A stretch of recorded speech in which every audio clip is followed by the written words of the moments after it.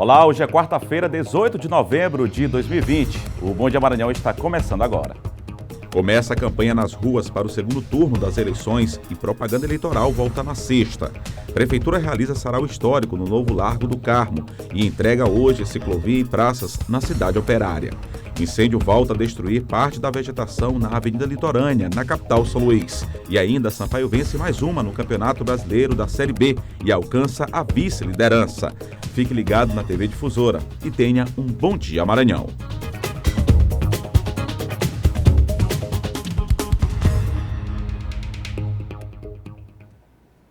Um ótimo dia para você que amanhece nos acompanhando aqui na TV Difusora, ficando muito bem informado logo nas primeiras horas da manhã. Hoje comigo, Eduardo Ericeira, agradecendo desde já o carinho da audiência de vocês que nos acompanham aqui na capital São Luís, na Grande Ilha, na região metropolitana e também por todo o interior do estado. Muito obrigado pelo carinho da sua audiência. Coladinho conosco aqui desde as 6 horas da manhã, acompanhando o Bandeira 2 com Silvio Alves, que daqui a pouco participa aqui conosco para comentar sobre as principais ocorrências policiais nessa área de segurança. Também tem a participação daqui a pouco de John Coutrin, falando dos bastidores da política, claro, destacando essa disputa aí, o andamento do processo eleitoral do segundo turno aqui na capital São Luís. Daqui a pouco também a gente recebe para uma entrevista aqui no estúdio do Bom Dia Maranhão o secretário estadual da Igualdade Racial para uma entrevista aqui para conversar sobre esse tema. Tem também daqui a pouco a vitória do Sampaio, que alcançou a vice-liderança do Campeonato Brasileiro da Série B nessa luta pelo acesso ao Campeonato Brasileiro da Série A. Essas e outras notícias, várias outras notícias, até às 8 horas da manhã aqui com a gente na TV Difusora. Muito obrigado pelo carinho da sua audiência para ficar muito bem informado logo nas primeiras horas da manhã. A gente começa essa edição do Bom Dia Maranhão falando de eleições 2020.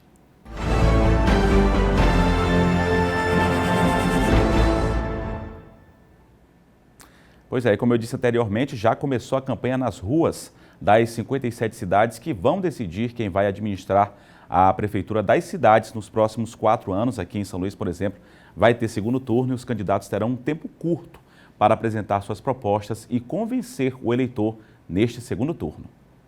Os candidatos têm mais 14 dias para falar suas propostas para a gestão da capital maranhense. É um espaço de tempo bem menor do que nas eleições anteriores. A campanha nas ruas está autorizada desde segunda-feira. A propaganda eleitoral inicia dia 20 e segue até o dia 27 de novembro nos meios de comunicação. Antigamente eram 4 semanas do primeiro turno para o segundo turno. Agora nós teremos apenas 2 semanas. As campanhas já estão autorizadas, as campanhas já estão na rua. No rádio e na TV, os candidatos terão tempo igual para apresentar propostas. O tempo de televisão no primeiro turno, ele é dividido de acordo com cada partido, os representantes na Câmara Federal, os deputados federais. Já no segundo turno, a novidade é que o tempo, como são apenas 2 candidatos, esse tempo é dividido igualitário, independente da representatividade do partido. Para quem vai exercer o poder do voto, os dias serão utilizados para analisar melhor as propostas e participar do processo democrático de forma consciente. Esses dias aí vão ser momentos de reflexão para pensar melhor em quem votar. Vamos acompanhar melhor os 2 candidatos, né, que estão aí concorrendo. E acredito que daqui para o final do mês, no dia 29, as pessoas saibam decidir o seu voto de forma consciente e decidir o melhor para São Luís. Pois é, e a TV Difusora acompanhando a cobertura, todo o sistema Difusora de comunicação, também a Rádio Difusora FM, nosso portal MA10, fazendo todo o acompanhamento e passando para vocês as informações do andamento desse segundo turno. Vai ter em 57 cidades, como aqui na capital, por exemplo, e a gente vai estar levando informações para vocês que nos acompanham, todo o sistema Difusora de comunicação nessa cobertura das eleições 2020 que segue. E o Tribunal Superior Eleitoral afirmou ontem que o atraso na totalização e divulgação dos votos que existiu no primeiro turno das eleições não deve ocorrer no segundo turno. A eleição neste segundo turno está marcada para o dia 29 de novembro, pouco espaço de tempo, né? Quem tem os detalhes dessa informação é Eduardo Bueno. Muito bom dia, Bueno, bom trabalho para você. Oi, Eduardo, um ótimo dia para você, bom dia a todos que nos acompanham aqui pelo nosso Bom Dia Maranhão. Pois é, essa afirmação foi feita durante uma nota divulgada pelo Tribunal Superior Eleitoral e também por uma empresa técnica que é responsável também por esses supercomputadores que estão fazendo o processamento de votos lá no TSE. Só para a gente relembrar o telespectador, no ano passado, quando o TSE ainda estava sob a presidência da ministra Rosa Weber, foi decidido então, sob recomendação da Polícia Federal, que existisse uma mudança na totalização dos votos nas eleições, já incluindo a eleição de 2020. Então, sairia dos tribunais regionais eleitorais, como era feito anteriormente, e passaria então a que todos os votos fossem processados e divulgados pelo Tribunal Superior Eleitoral.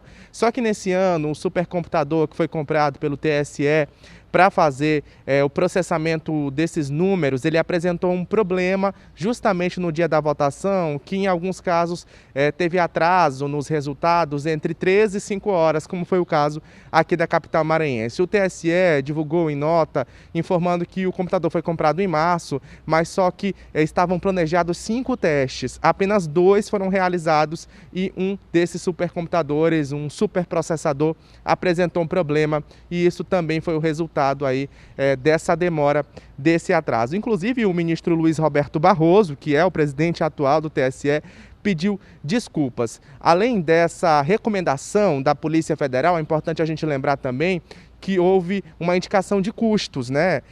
Segundo o TSE, serviria para economizar dinheiro gasto aí com o processamento de dados das eleições. Então, por isso foi tudo centralizado lá no TSE. Inclusive, o próprio ministro Luiz Roberto Barroso descartou um retorno dessa totalização dos votos para os TRS ainda para o segundo turno, justamente porque isso custaria para a Justiça Eleitoral algo em torno de 100 milhões de reais. Isso só para retornar aí a totalização dos votos aqui para os TRS. Ele também descartou a possibilidade aí de que um ataque hacker, como o que aconteceu na própria manhã do dia 15, pudesse ter alguma relação com o atraso no número de dados. Inclusive informou que o sistema resistiu bastante, é um sistema que já existe há mais de 20 anos e que ele conseguiu resistir aos mais de 400 mil ataques por segundo, 400 mil acessos por segundo, feitos aí por esse grupo criminoso que tentava de alguma forma derrubar a rede da Justiça Eleitoral. Eduardo Ericeira. Obrigado, Eduardo Bueno, pelas informações. Daqui a pouco o Bueno volta com outras informações aqui no Bom Dia Maranhão.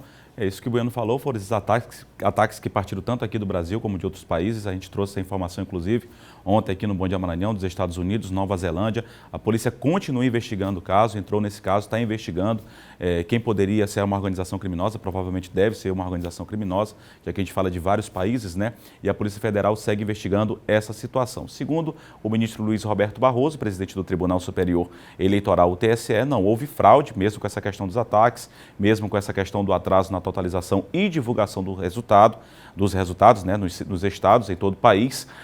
Em relação à questão de anos anteriores, eleições anteriores, os resultados foram divulgados sem que houvesse nenhum tipo de problema, sem que não tivesse aí nenhum tipo de problema, mesmo com toda essa situação que acabou deixando o processo um tanto que embaraçado, mas segundo o ministro Luiz Roberto Barroso, o resultado foi divulgado sem qualquer tipo de problema, sem qualquer tipo de interferência. A polícia segue investigando e a totalização para esse segundo turno, como o Bueno falou, não será nos tribunais regionais dos estados. Aqui, por exemplo, vai ter o segundo turno na capital São Luís, tudo se concentra ainda no TSE por conta de custos, como o Bueno falou, mas também por conta de segurança, segundo declarou o próprio ministro Luiz Roberto Barroso. A gente segue acompanhando e espera, claro, que nesse segundo turno o resultado seja divulgado como no primeiro turno, sem qualquer tipo de interferência, e quanto mais rápido, melhor para as pessoas conhecerem aí os seus representantes.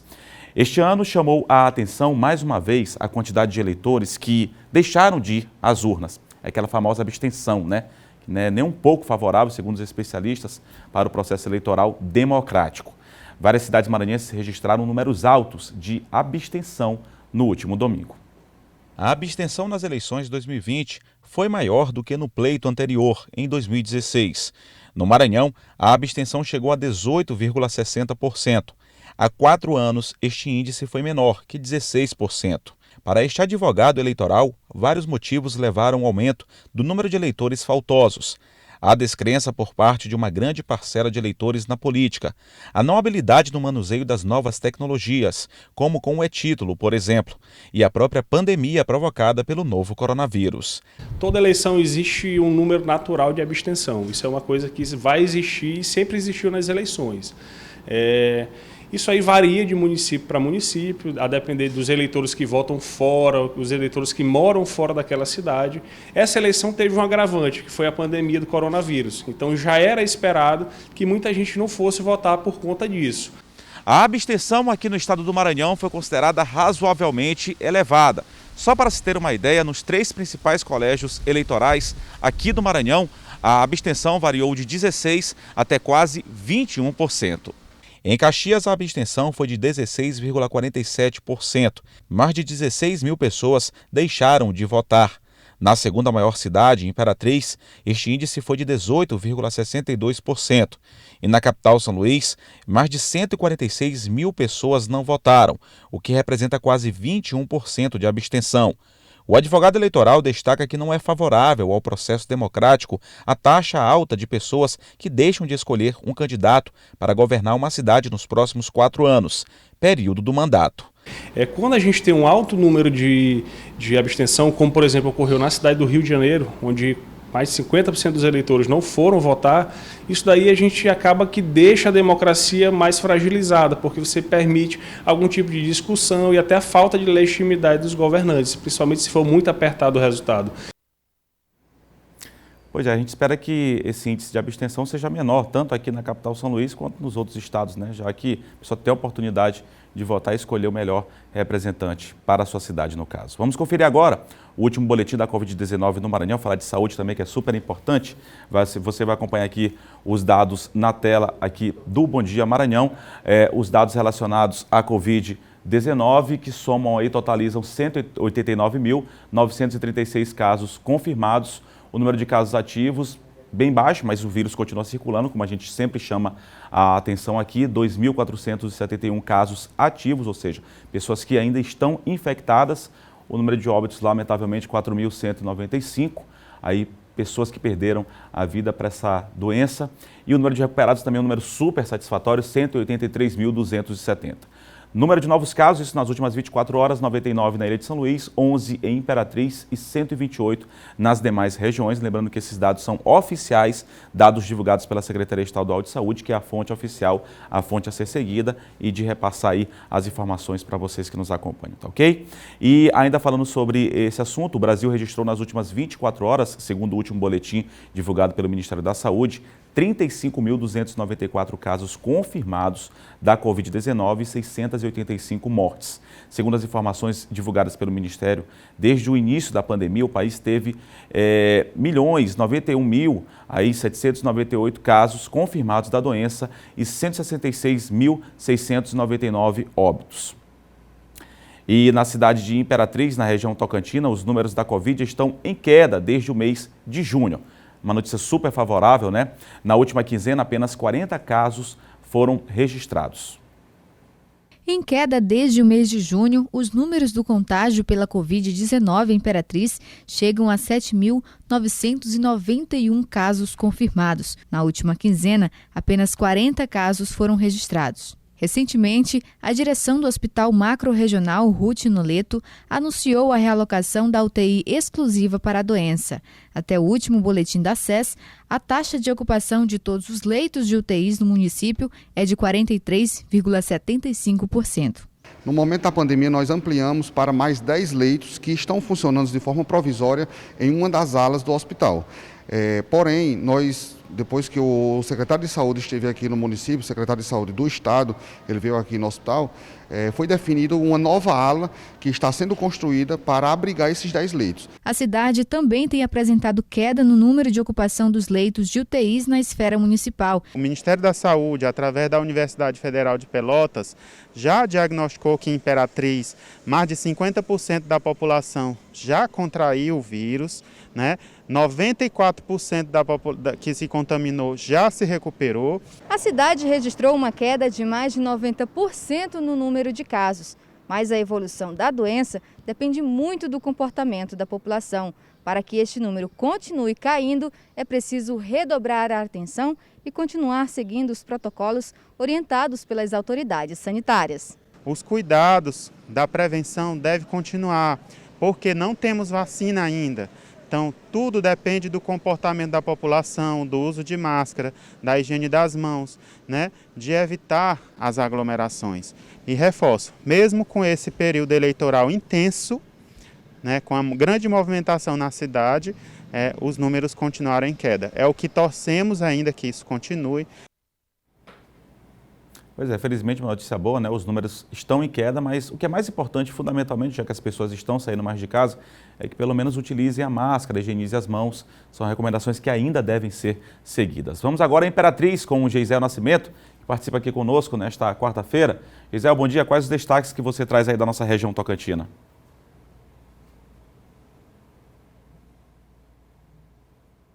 Olá, Eduardo, Ericeira, bom dia para você, bom dia a todos, uma ótima quarta-feira. Imperatriz é a primeira notícia que Imperatriz amanheceu nublada.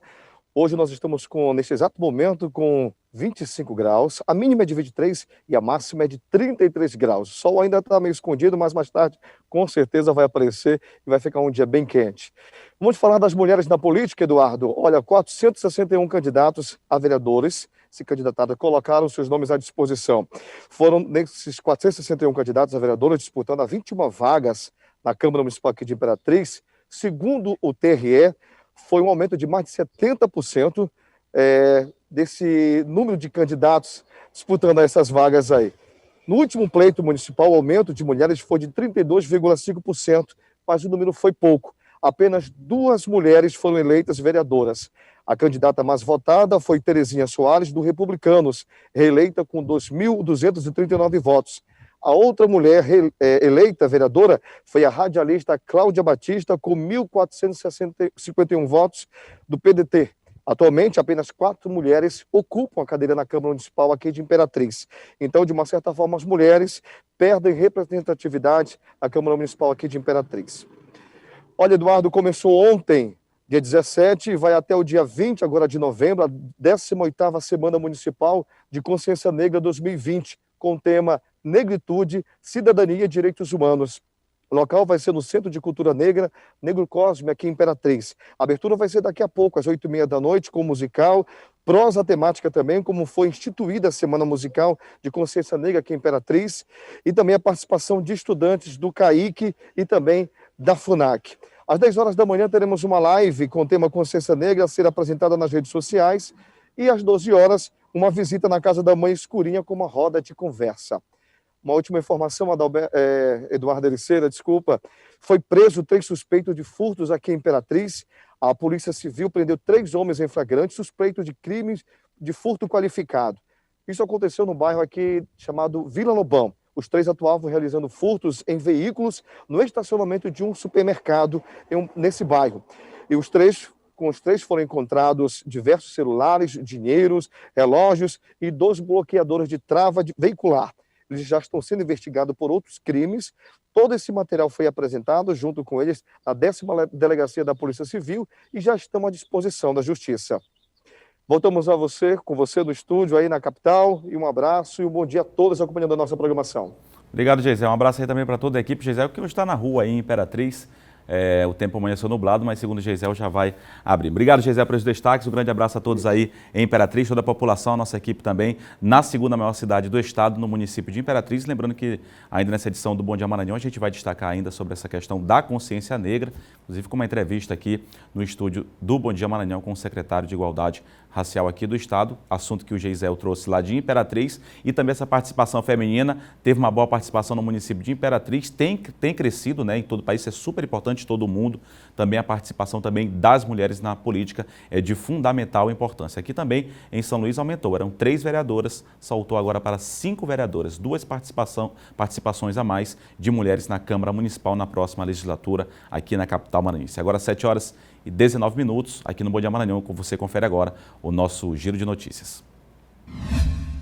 Até a primeira quinzena do mês de novembro, o Maranhão registrou 910 mortes por acidente de trânsito no estado, 142 delas somente na capital.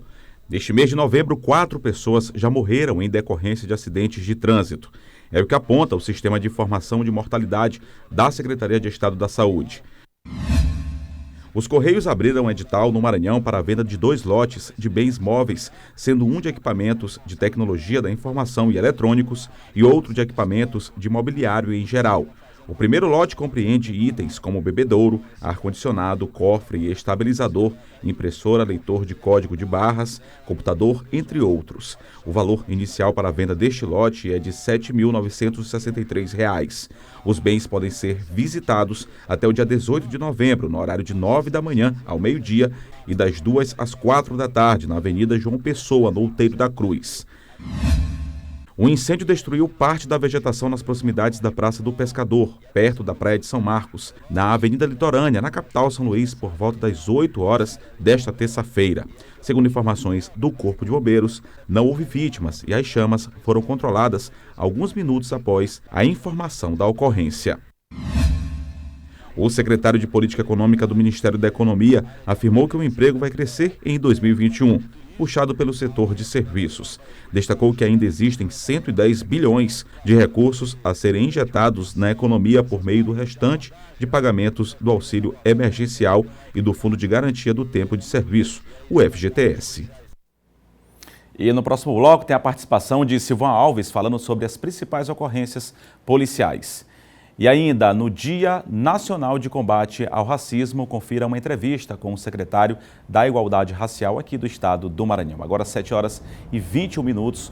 O Bom Dia Maranhão volta já. Você acompanha agora imagens ao vivo do Largo do Carmo, a Praça João Lisboa, recentemente reformada, belíssimo ponto turístico aqui da capital São Luís. Com essa bela imagem, a gente vai ao rápido intervalo. Você continua com a gente que nós voltamos já já.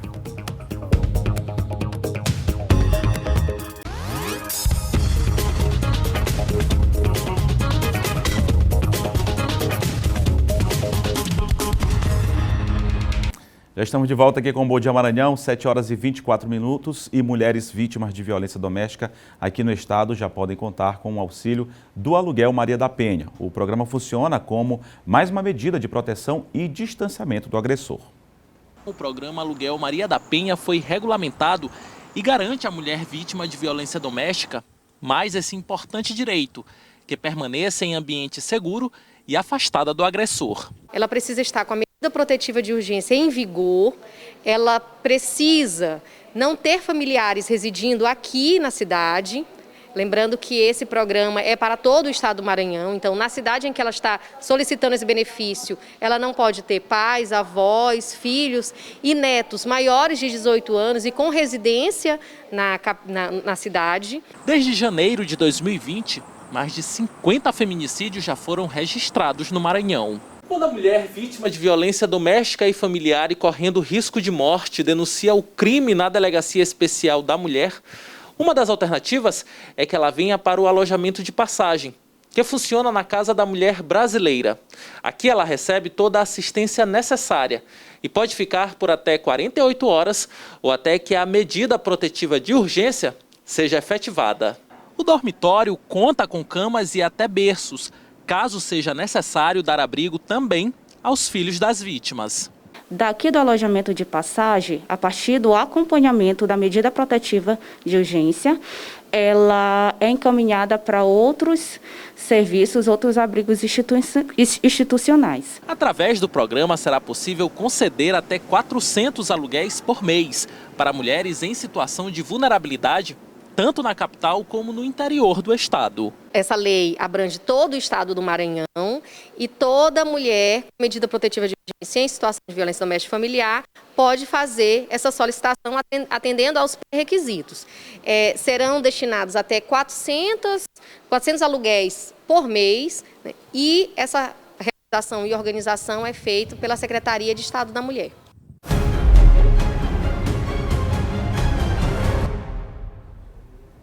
A gente segue falando de segurança aqui no Bom Dia Maranhão com a participação de Silvan Alves. Muito bom dia, Silvan. Bom dia, Eduardo. Bom dia a todos. Silvan, a gente começa com uma ocorrência no interior do estado, no município de Codó. Foi uma tentativa de assalto, enfim, colocaram explosivos no gerente. Uma tarde aí, meio que assustadora lá na cidade de Codó por conta dessa ocorrência, não é isso, Silvão? Eduardo, na verdade esse sequestro, aquele famoso sapatinho, ele começou ainda na noite de segunda-feira, né? Porque é a estratégia das quadrilhas, entram na casa do gerente e lá eles permanecem durante a noite até a madrugada. E aí isso só foi descoberto, esse sequestro, que a quadrilha estava com o gerente, com a família dele como refém, no caso a esposa, a filha e mais a secretária, já na terça-feira, ontem pela manhã, não é? Mas eles começaram na noite de segunda-feira, quando eles entraram na casa dele, mantiveram ele lá como refém, e aí depois, já na terça-feira, eles colocaram uma cinta, uma espécie de uma cinta cheia de explosivos nele, e deixaram ele no banco, que seria lá para ele abrir o cofre, para que eles pegassem o dinheiro, e disseram que tinha um detonador, não é? Caso ele chamasse a polícia, a família dele corria risco e ele também, eles acionariam esse detonador. Imagina o pavor, né, Silvão? Um pavor muito grande. Imagina a situação dele, com a família numa situação, e ele, né? E aí a polícia tomou conhecimento, foi chamado o esquadrão antibomba lá do BOP, lá de Caxias, eles foram lá, desarmaram esses explosivos, e aí a polícia começou então a perseguição a esses assaltantes, que estavam em 2 carros, um Voyage e um Fusion. Esses carros foram abandonados ali entre Caxias e Codó, na BR-316, e de lá, que seriam cerca de 8 indivíduos, eles teriam seguido fuga, né, pelo Matagal. Ninguém foi preso ainda, tem uma aeronave lá do CTA, o Centro Tático Aéreo, tem um pessoal do COSAR, pessoal do DECRIF, que é o Departamento de Combate a Roubo a Instituições Financeiras, eles estão lá com o objetivo de localizar esses indivíduos. Tem 3 indivíduos que estão presos, que foram presos lá ontem, mas a polícia ainda não tem a confirmação da participação deles. São suspeitos, né? Eles seriam de São Paulo, essa quadrilha seria de São Paulo, e aí, hoje, dependendo da situação emocional dessas pessoas, né, elas poderão fazer um reconhecimento desses indivíduos que estão presos lá na cidade de Codó. Há uma outra informação também de que eles não teriam conseguido levar o dinheiro. E um outro fato que chama atenção esse seu gerente do banco, o senhor Antônio Miranda, né, a primeira vez que ele passa por uma situação como essa. No ano passado ele era gerente do Banco do Brasil lá de Lago da Pedra, e também ele foi mantido refém juntamente com a família dele, e naquela oportunidade lá os bandidos teriam conseguido levar o dinheiro. Era a segunda vez então, né? A segunda situação. Vez. Por isso segue investigando, espero que chegue aí a prisão desses bandidos. Se vão vindo aqui agora para a capital, mais um assalto a ônibus na região central da cidade, né? Na região metropolitana. Você sabe que essa questão aí, ninguém vai conseguir acabar com a questão de assalto a ônibus. Infelizmente. Mas houve uma redução, né, depois daquela morte, infelizmente, daquele rodoviário, né, houve uma redução. A gente viu aí a intensificação da Operação Catraca. E aí ontem, infelizmente, esse ônibus, que era da linha São Raimundo Bandeira Tribuzzi, quando ele subia ali na Cajazeira, um só indivíduo armado com uma faca, ele rendeu os passageiros. É um ponto conhecido também, noite, né? Aquele ponto ali é um ponto crítico, né? Tiveram vários assaltos aí nessa área. Então eles renderam, um só assaltante rendeu a trocadora, rendeu os passageiros, roubou o dinheiro, e antes que chegasse ali no plantão central, que fica ali na subida, ele desceu do ônibus e acabou indo embora. O motorista registrou, fez um boletim de ocorrência lá no plantão central lá da Rua do Norte, e aí as imagens das câmeras internas do ônibus vão ser encaminhadas para a delegacia para ver se aí futuramente a polícia consegue localizar esse indivíduo aí. Tá bom. Obrigado, Silvan. Uma ótima quarta-feira para você. Bom dia, ótima quarta-feira a todos. Bom dia, Eduardo Ericeira. Tá aí Silvan Alves participando conosco, falando do nosso quadro de segurança, trazendo aí destaques na área policial, como todo dia aqui no Bom Dia Maranhão, de segunda a sexta-feira. Agora, 7h31, a gente segue para o interior do estado com a participação agora de Raquel Souza, que traz as principais informações lá do município de Caxias. Muito bom dia, Raquel. Olá, bom dia, Eduardo. Bom dia a todos que acompanham o Bom Dia Maranhão. E no destaque de hoje, a gente continua falando aí sobre essa operação da Polícia Militar, né, que Silvan Alves acabou de comentar com você. Essa operação desenvolvida na manhã de ontem, aqui na região dos Cocais, para prender aí 2 homens suspeitos de integrarem um bando que fez de refém o gerente do Banco do Brasil de Codó. É uma ação que também envolveu policiais de Caxias, Bacabal, Timon e outros municípios. Bom, lembrando, né, que a PM isolou algumas ruas próximas à agência na cidade de Codó, né, o gerente ele estava sendo mantido refém com explosivos no corpo, né, não foi levado nada da agência bancária. Então, outra parte dos bandidos estava com a família do gerente. Os bandidos fugiram sem levar nada, como eu falei antes, seguindo aqui na direção de Caxias. 3 desses suspeitos foram presos, né, após varreduras feitas aí em estradas vicinais aqui de Caxias pela Polícia Militar. Aí, várias equipes, né, participaram aí dessa operação, né, como a equipe do COSAR, né, que é o grupo de operações aí e sobrevivência da área rural de Bacabal, e além do Centro Tático Aéreo. Então, além dos PMs de Timon, Codó, Coroatá e Bacabal, Caxias também participou. Lembrando, Eduardo, que na BR-316, o carro onde os bandidos estavam foi encontrado abandonado, e foi aí, né, que a polícia fez uma espécie, né, fez uma vistoria aí para verificar, né, obter, na verdade, vestígios que levasse, na verdade, a perícia a localizar impressões digitais para tentar capturar os bandidos. E ontem, no final da noite, a Polícia Militar de Caxias, em parceria com as outras equipes policiais, conseguiram, né, aí, depois de uma troca de tiros, na verdade, aí, conter os 2 bandidos que estavam no matagal. E após essa troca de tiros, eles foram encaminhados ao Hospital Geral Municipal de Caxias e não resistiram aos ferimentos e morreram. Portanto, uma operação exitosa aí da Polícia Militar de Caxias, de Codó e de todo mundo que participou dessa ação, Eduardo. Raquel, obrigado pela sua participação aqui também no Bom Dia Maranhão. Nossa afiliada lá no município de Caxias, um grande abraço a toda a população de Caxias, da região também que nos acompanha. A Raquel destacando aí também ocorrências policiais, inclusive a que o Silvano trouxe aqui, e outras ocorrências na região. Agora 7h33 e hoje é o Dia Nacional de Combate ao Racismo. E na sexta-feira, Dia da Consciência Negra, aqui no estúdio eu recebo o secretário de Estado da Igualdade Racial, Gerson Pinheiro, para uma entrevista. Muito obrigado pela sua presença, secretário, muito bom dia. Bom dia, Ericeira. Bom dia, Maranhão. Importante essa data, né, da consciência negra, a semana, e o combate ao racismo, que é feito dioturnamente durante todo o ano, mas a gente, nessa data, a gente eleva mais o tom e faz conhecer as propostas que tem do governo do Estado para essa população mais carente, que é uma população que o Estado brasileiro, desde o início, deixou em situação de sofrimento da discriminação racial, um racismo estrutural que domina o nosso país, e o Maranhão não escapa disso, né, por ser o membro da federação. Pois é, secretário, a gente fala sobre essa data tão importante, como o senhor disse, é uma data que tem que ser debatida, discutida diariamente, mas tem essa semana onde é intensificado essas ações, esse debate a respeito do assunto. A semana que já teve início, encerra no dia 20, fala pra gente o que já aconteceu dentro dessa programação e o que está previsto até o dia 20. Na programação da semana, nós já fizemos várias palestras. Teve que se adequar por conta da pandemia também, né? Por conta da pandemia, né? Fazendo virtual, lives. E já foram feitos também encontros com lideranças do Estado para debater o assunto. Temos participado também de lives com as universidades, com técnicos da área. E temos uma programação que segue até o dia 20, e no dia 20 o centro da programação, inclusive com participação do governador, nós teremos desde o começo da manhã a entrega do memorial do Terreiro do Egito, lá no Cajueiro. Ali se resgata um memorial das religiões de matriz africana, e nós vamos colocar uma pedra da memória e marcar aquele local como um local patrimônio, né, público e destinado à população de matriz africana, em especial. A Secretaria de Educação vai fazer a entrega dos parâmetros curriculares para a educação quilombola no Maranhão.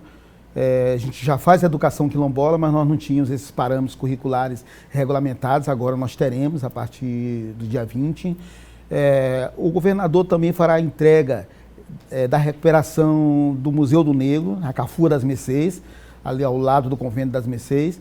Então, lá presencial com o governador para fazer essa entrega. Isso ainda durante essa semana? Durante o dia 20, né? Só durante o dia 20? Durante o dia 20 a gente está completando essa programação. Essa com o governador, ela acontece dia 20, porque no dia 20 também o governador envia para a Assembleia Legislativa do Maranhão o projeto de lei do Estatuto da Igualdade Racial do Maranhão. Então, a partir daí, nós teremos o estatuto, que vai ser, eu diria, o arcabouço de todo o conjunto de leis que regulamentam as ações de igualdade racial no Maranhão, não só para a população negra e quilombola, mas também para a população indígena e para a população cigana do Maranhão. e comunidades tradicionais no geral, como quebradeiras de coco, como ribeirinhos, catadores de mariscos. Então vai estar todo mundo sob a proteção desse Estatuto da Igualdade Racial. Secretário, essa questão do debate do racismo, como você falou, tem que ter o envolvimento de todos esses entes, do Executivo, do Legislativo, como vai ter um encaminhamento agora para a Assembleia, dos próprios técnicos de universidades, das próprias comunidades. Tem se construído esse projeto a partir do debate entre todos esses entes? A partir do debate entre todos os entes, primeiro uma parceria grande entre as secretarias de Estado dentro do Executivo.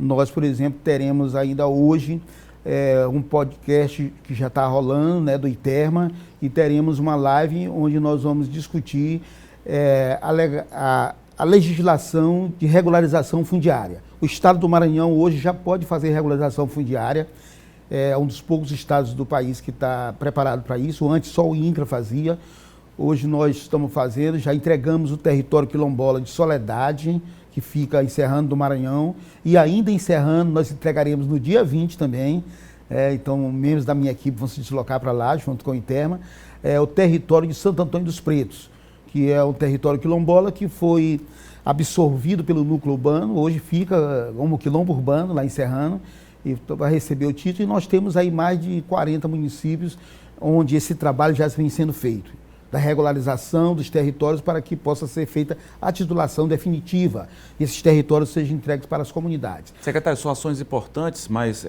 o que a gente questiona é, às vezes, a demora de chegar, não aqui no Maranhão, mas em todo o país e no mundo onde existe uma população negra grande, como é aqui no Brasil, de ter acesso, essas populações ter acesso, como minimizar esses impactos, como fazer com que essas políticas públicas cheguem de forma mais eficaz e o mais rápido possível para essas comunidades?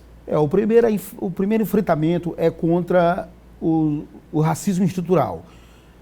Demora por quê? Porque o nosso país foi organizado a partir desse conflito entre os escravocratas e a população negra escravizada. Então, quando se tem a abolição da escravidão, você entra num período em que a população negra continua sendo invisibilizada.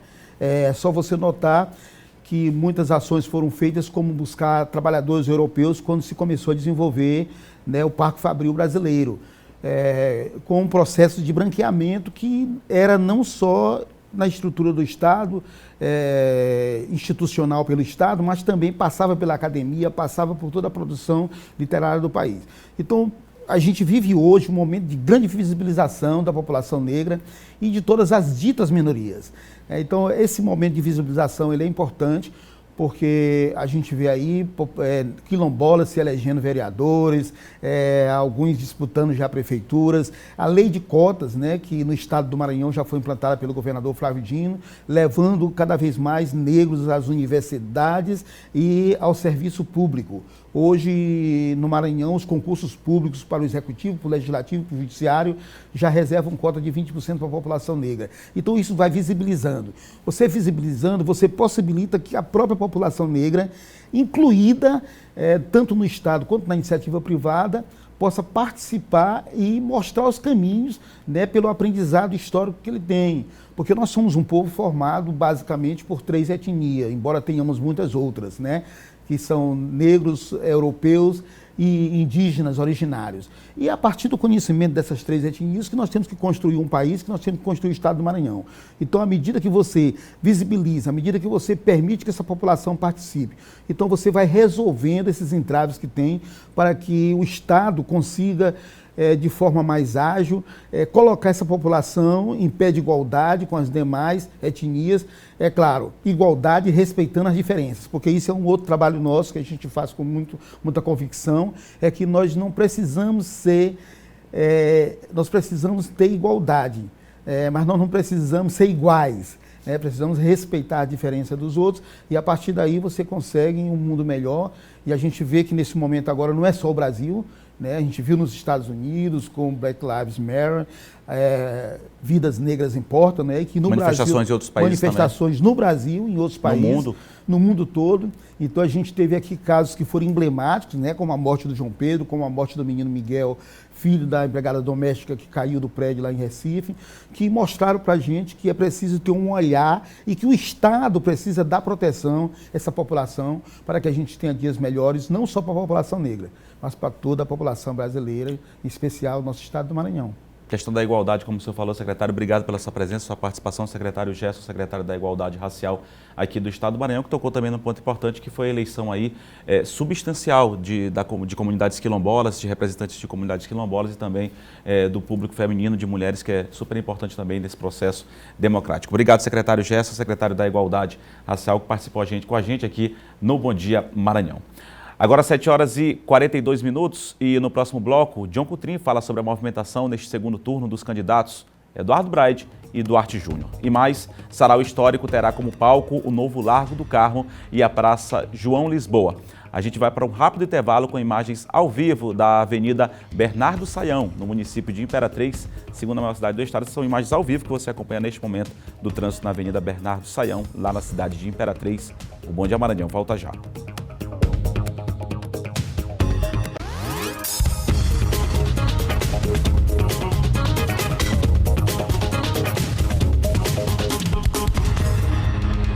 O Dia Maranhão está de volta aqui pela TV Difusora, 7 horas e 46 minutos agora, e vamos com a participação de John Coutrin.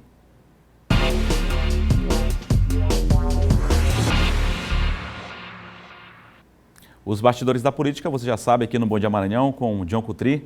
John, muito bom dia a você. Bom dia, Eduardo. Bom dia a todos. John, a gente não tem outro assunto a não falar, que está repercutindo aí o segundo turno aí do processo eleitoral, o andamento aí tanto do Eduardo Braide quanto do Duarte Júnior, que disputam esse segundo turno das eleições aqui na capital São Luís. Alguns apoios já foram confirmados, outros apoios devem ser divulgados hoje, ou uma questão de neutralidade. A gente tem acompanhado. O que você já traz de destaque nesse sentido para a gente, John? Primeiro, em relação aos apoios, né, Eduardo? Ontem o candidato Rubens Pereira Júnior declarou apoio ao Duarte. Já era esperado, na verdade, por conta... Rubens, que foi candidato à Prefeitura de São Luís pelo PCdoB. Justamente pelo partido dele, pelo grupo do governador Flávio Dino. O governador Flávio Dino tem chamado nesses últimos 2 dias os apoiadores, né, aliados, presidentes de partidos, no sentido de encampar, reforçar a campanha do Duarte Júnior aqui em São Luís. E, o governador que já declarou o voto, né? Já declarou, Duarte Júnior, apoio também. Divulgou um vídeo ontem à noite, né? Inclusive, o governador divulgou um vídeo ontem à noite, reforçando esse apoio dele ao Duarte Júnior, destacando qualidades do Duarte ali enquanto presidente do PROCON e do Viva. E, claro, o Rubens Júnior não seria diferente, né? Também seguirá a determinação, aí, a orientação, aliás, no governador Flávio Dino. O Rubens, antes disso, claro, óbvio, o Duarte teve que pedir desculpas, né? O Rubens, porque, quem não lembra, nós mostramos aqui que o Duarte divulgou um vídeo aí na campanha do primeiro turno em que fez uma série de acusações, ataques ao Rubens Pereira Júnior. Duarte tanto ao Rubens Júnior quanto ao pai, né, John, na época? Na época, internado com Covid, né? Isso. Pediu desculpas, né? Entrou em contato com o Rubens e pediu desculpas, né? Fez uma live, né? Na verdade, uma live no Instagram. E nessa live ele pediu desculpas ao Duarte Júnior, disse que foi um calor de emoção, porque o Rubens tinha falado do partido dele, que o partido dele, né, tinha uns filhos de Bolsonaro, filiados, e era da base do governo federal. E aí ele disse que ficou muito chateado na época e divulgou aquele vídeo, né? Em que fez acusações duras contra o Rubens Júnior, né, até termos inomináveis aqui, e também contra o pai dele, chamando de ficha suja, né, o pai do Rubens Pereira Júnior, ex-deputado Rubens Pereira, que estava à época internado na UTI com Covid. Bom, aí ele pediu desculpas, pediu ao pai, pediu ao Rubens Júnior, e disse que gosta muito, que está muito bem com ele, tem um carinho muito grande pelo Rubens Júnior. E depois disso, logo depois, algo em torno de 30 minutos depois, o Rubens Júnior foi às redes sociais e declarou apoio ao Duarte, né? Claro que ele foi questionado por isso, o Rubens. Mas o cara falou do teu pai, da tua família, né? Como é que você apoia? Aí ele declarou que bola para frente, né? Que desculpava o Duarte e que era de grupo do governador Flávio Dino. Depois ele fez outro Twitter, o Rubens Júnior, dizendo que quem se desagradou foram os bolsonaristas e quem é contra o grupo do governador. São atitudes grandiosas do ser humano, né, John? A pessoa reconhecer um erro e a pessoa perdoar o erro da pessoa. Só que também pesou a questão da atitude de grupo. O Rubens Júnior, desde o início da campanha, declarou que é uma pessoa de grupo. Agora ele não ia virar as costas principalmente para o grupo que é comandado pelo governador. Pesou também muito essa situação. Claro. O Rubens sempre foi de grupo, sempre foi um aliado incondicional do governador Flávio Dino, é deputado federal, né, do PCdoB. E claro que ele não ia tomar outra atitude, outra postura, a não se apoiar quem o governador pedisse, óbvio, né? Talvez não fosse nem um desejo do Rubens entrar na campanha no segundo turno, talvez ficasse neutro, mas é claro, o governador, o PCdoB, o grupo dele, irá com Duarte, contra o que eles avaliam o candidato do Bolsonaro, que é o Eduardo Braga, na avaliação deles. Então é importante, portanto, o maior número de apoios. John, só para entrar agora no Eduardo Braga, lembrar também que o PT, que era o vice na chapa do Rubens Júnior, o Honorato Fernandes, inclusive, que é vereador da cidade, foi candidato a vice, também declarou apoio ao Duarte Júnior. Eduardo Braga, deputados também que já declararam apoio para ele e vereadores também que já declararam apoio, não é isso, John? No caso do Eduardo Braga, ontem os deputados Glauber Chicutrin, que é do PDT, vice-presidente da Assembleia, o deputado César Pires também declarou apoio, o Carlinhos Florencio, que é do PCdoB, declararam apoio ao Eduardo Braga. Além de vereadores, né, que estão no grupo dele, o Eduardo Braga também conversando com muita gente. Hoje nós temos, por exemplo, 2 anúncios de candidatos. Falamos do Rubens, né? Nós temos hoje o doutor Iglesio e o candidato Neto Evangelista. O Iglesio do PROS, Neto Evangelista concorreu, foi terceiro colocado, teve uma votação expressiva, mais de 16%, concorreu pelo Democratas e tinha um apoio, inclusive, do PDT. O Neto provavelmente está aqui afirmando, deve apoiar o Eduardo Braga, né, o Neto Evangelista. O Iglesio... A gente não está antecipando nada também, né, John? Vai ter a coletiva ainda. Tem a coletiva. Então, provavelmente, deve ser o Eduardo Braga, já que no que foi distribuído pela assessoria, o Neto tomará uma posição. Sim. Porque também poderia ficar neutro, no caso, exatamente. Né? O Geisel Marques, candidato da Rede Sustentabilidade, por exemplo, disse que vai ficar neutro, porque acredita no voto da população, na consciência. Exato. O Iglesio, o partido dele, o PROS, o Gastão, o presidente do partido, Gastão Vieira, deputado, declarou apoio, né, ao Duarte. Mas o Iglesio disse, enquanto presidente municipal, ele não marchará com o Duarte Júnior. Pelo contrário, desde ontem tem feito várias críticas ao Duarte, o doutor Iglesio. O Iglesio deve se pronunciar hoje. Já sabe que com o Duarte ele não vai caminhar, porque ele já publicou isso na rede social. Então, ou se manterá neutro ou apoiará o Eduardo Braga. Então o Iglesio ou ficará neutro ou apoiará o Eduardo Braga. O Neto Evangelista dificilmente também apoiará o Duarte e não ficará neutro. Então provavelmente deve ser o Eduardo Braga, o Neto Evangelista. O Geisel ficará neutro. Né? O Bira ainda não se sabe ainda qual a posição do Bira, do PSB, como se comportará aqui em São Luís, mas o Bira também é da base do grupo do governador Flávio Dino. Provavelmente também irá com o Duarte nessa campanha do segundo turno. Já não se manifestou, mas a gente traz mais destaques a respeito dessa caminhada. Lembrando que hoje já tem reuniões políticas, o segundo turno já é dentro de menos de 15 dias, então é uma mobilização muito grande. Nesse domingo no outro. Isso, nesse domingo no outro já, então questão de espaço de tempo, esses diálogos, esses apoios têm que ser dados meio que de forma urgente, né? E essas caminhadas também, a campanha no segundo turno tem que ser muito rápida, a gente acompanhando toda essa movimentação, John. Tem um detalhe, Eduardo, que na questão, por exemplo, o Eduardo Braga foi mais votado no primeiro turno, em todas as sessões, ele venceu, saiu com uma vantagem, óbvio, né? Então, quem já entrou com vantagem no segundo turno foi o Eduardo Braga. Quem corre contra o tempo é o Duarte Júnior, entendeu? Que ele ficou em segundo lugar e como tem pouco tempo, porque a campanha tem pouco tempo, então, de certa forma, isso é uma desvantagem para o Duarte, tem que correr atrás.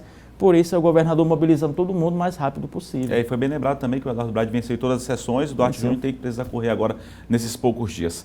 Obrigado, John. Amanhã a gente conversa de novo aqui no Bom Dia Maranhão. Até amanhã. Um abraço, John Coutrinho, participando conosco aqui, falando de política aqui no Bom Dia Maranhão. Agora a gente fala de esporte, rapidamente, uma notícia muito boa, e o Sampaio vai muito bem na Série B do Campeonato Brasileiro. Na noite desta terça-feira, o tricolor maranhense venceu mais uma na competição. A partida foi em São Luís, no Castelão. E jogando em casa, o Sampaio conseguiu mais uma grande vitória contra o Náutico de Recife.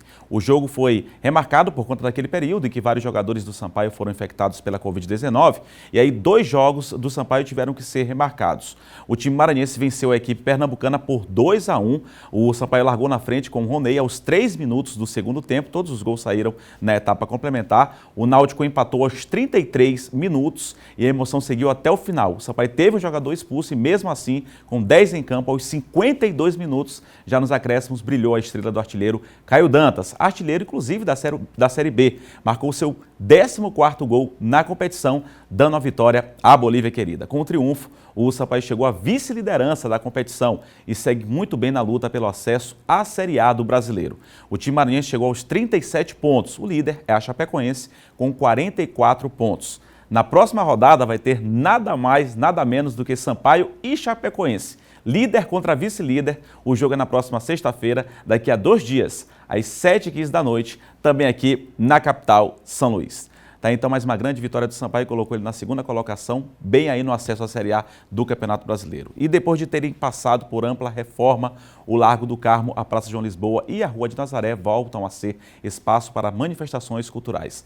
Amanhã o local recebe o Sarau Histórico, promovido pela Prefeitura de São Luís. É para lá que nós vamos agora, ao vivo, com o Eduardo Bueno, que tem os detalhes dessa programação. Bueno, é com você. Pois é, nós estamos aqui do Largo do Carmo, que recentemente foi reformado. Aqui ao meu lado está a secretária de Turismo de São Luís, a Socorro Araújo. Socorro, qual é a programação aí que a gente vai ter agora? O Sarau Histórico já é uma tradição aqui na capital, né? Já se tornou uma tradição. O que é que a gente vai ter de programação aí? Eu convido a todos para o Sarau Histórico, é uma tradição, sim, isso já vinha acontecendo ao longo dos anos na gestão do prefeito Edivaldo. E hoje nós estamos convidando você, porque amanhã, o dia 19, às 18h30, o Sarau Histórico aqui no Largo do Carmo, na João Lisboa. Nós estamos convidando você para contemplar. Veja como nossa cidade é bonita. Veja que beleza essa requalificação desse espaço. Então, os ouvintes, os participantes dessa cidade, os que vivenciam, quem está viajando e veio para São Luís, a trabalho, a passeio, nosso Ludovicense, venha para esse grande evento que irá acontecer amanhã, resgatando a história, as lendas de São Luís, quando nós falamos que São Luís é patrimônio cultural da humanidade. Então esse patrimônio é de todos nós. Amanhã, às 18h30, nós vamos ter o Sarau Histórico aqui no Largo do Carmo. Estamos todos convidados, estamos convidando todas as pessoas. Vocês têm que estar aqui conosco e também os ludovicenses. Agora, secretária, faz parte da política, né, de ocupação desses espaços públicos, porque não adianta não só fazer a requalificação, mas também criar eventos que forneçam à população que visita um pouco mais do que só a estrutura, né, também um pouco mais de cultura para quem vem para cá, né? Sim, é uma política de ocupação. A política do turismo, a política municipal hoje, de criação de novas infraestruturas, é uma política de ocupação desses espaços, que as pessoas vêm para contemplar, para conhecer, para visitar. E também, né, ver os espaços, a parte comercial, porque os comércios de São Luís, hoje a gente tem muitos espaços já ocupados aqui no centro histórico, com restaurantes, com bares, né, e com pousadas. Então a gente está fazendo com que você se encante e venha para São Luís conhecer esses espaços, e o ludovicense venha contemplar, conhecer também.